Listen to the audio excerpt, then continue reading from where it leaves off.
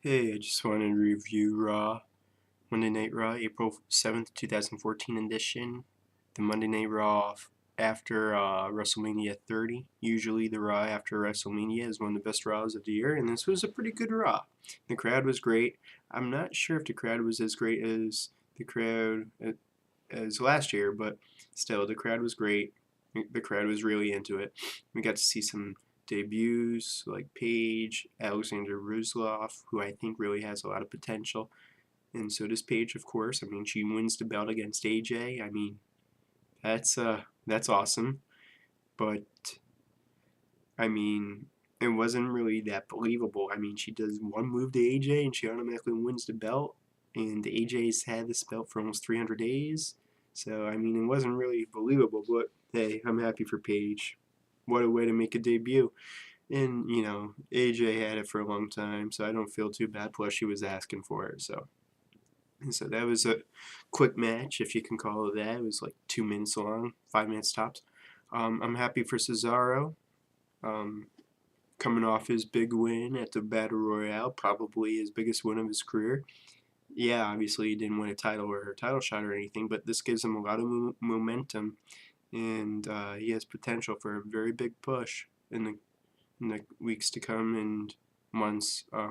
I hope so. I hope he gets a title shot. He deserves it.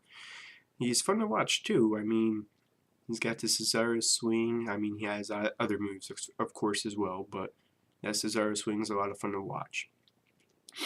One thing I didn't get is the fact that earlier in the night, when Paul Heyman was addressing the fans, along with Brock Lesnar, of course, and Brock Lesnar doesn't really talk, but Paul Heyman's great on the mic, but the crowd was booing him left and right, and I don't blame the crowd for booing Paul Heyman. Don't get me wrong, and whatting him, what?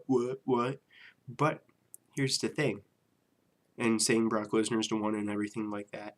There's no disputing the fact that Brock Lesnar is a great wrestler, but again, he does not deserve to end the streak. But what's done is done. We can't change that, so we have to move on. But one thing I didn't get is that later in the night, when Cesaro turned his back on Sepp Coulter there and said, "You know something? I'm a Paul Heyman kind of guy," and the crowd went crazy. I'm like, wait a second. Earlier in the night, you guys were booing the hell out of this guy, and now you're cheering the hell out of him. Well, I guess they were more so cheering for Cesaro than Paul Heyman, I guess, for breaking away from Swagger and Coulter. But I don't know. I just found that a little odd. Um, Other moments. Uh, Randy and Orton and Batista whining like, "We want our title shots. We want our title shots." Blah blah blah. It's like, guys, you lost. I don't blame you for wanting a title shot right away, but I don't think they're going to get it right away. They may get it eventually. That is, if Batista sticks around long enough. Who knows how long he'll stick around, but I think Orton's a lot more likely to get a title shot again in the relatively near future, as more likely than Batista, but who knows? And then obviously, of course, Triple H was supposed to have a title shot against Daniel Bryan tonight, but that didn't happen. I didn't think that was going to happen. I thought there was going to be some type of interference, and of course there was, between Kane, Randy Orton, Batista, and The Shield. The ending of Raw was actually pretty good, I thought. Um, but Triple H is even more pissed because that rematch against Daniel Bryan didn't even happen. Plus, it was supposed to be for the title, but that didn't even happen. But that's fine with me. That's completely fine with me. That means that Daniel Bryan keeps the title for at least another week, or yeah, probably another week, at least another week at the very least. If most likely even longer. Um, yeah, there were a bunch of matches. Ruzlov, like I said earlier, he looked dominant in his debut against Ryder. That wasn't even a match, if you can call it a match. It was only like 2 minutes long. Uh, let's see, the other matches. There were a bunch. Bad News Barrett returned as a wrestler, and the crowd was going crazy for him. I'm happy that he won against Mysterio. I like Mysterio, don't get me wrong, but you don't see Barrett win too often, and this was his first match in a long time, so it was actually nice to see him wrestle again and see the crowd get behind him. Excuse me, I got a little cold. Cesaro went all out on Swagger. That was nice to see. That was expected. Let's see. Yeah, I think I covered all the matches. Oh yeah, Randy Orton and Batista against the Usos. They completely dominated them. RVD made a return. That was nice to see him back. He completely dominated Sandow. I like RVD, but I'd like to see Sandow win a match because he's been there for a long time, and I think he has potential to be a very good wrestler. Plus, he's good on the mic. So, I'd like to see him win at some point.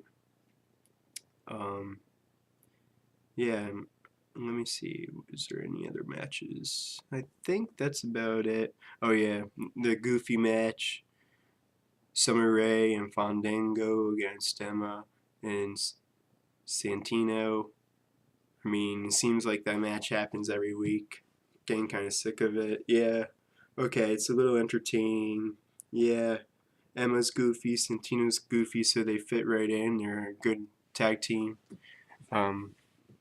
They're both goofy. I have nothing against them, but it's a same old thing.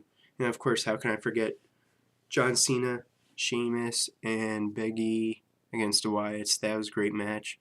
I think, in my opinion, that was the best match of the night, and the crowd was really going crazy for that, and they got really into it.